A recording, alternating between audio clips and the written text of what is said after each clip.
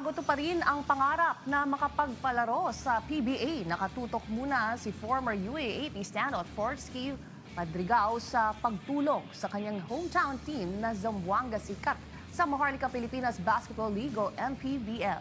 Para sa detalye na itong report ni Paulo Salamati.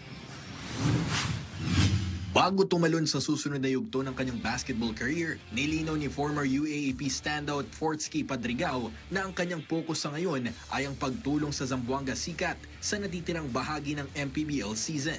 Kasalukuyang may 6-11 record ang Zamboanga at umaasa ang 24-year-old combo guard na makatulong sa koponan habang patuloy siyang naghahanda para sa inaasahang paglahok sa PBA draft na inilipat sa Enero ng susunod na taon.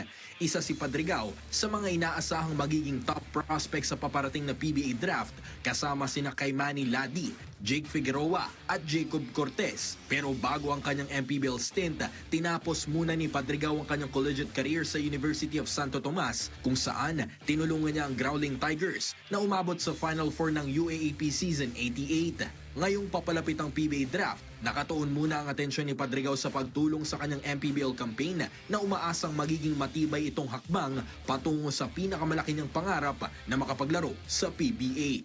Paulo Salamatin para sa Atletang Pilipino, para sa Bayan.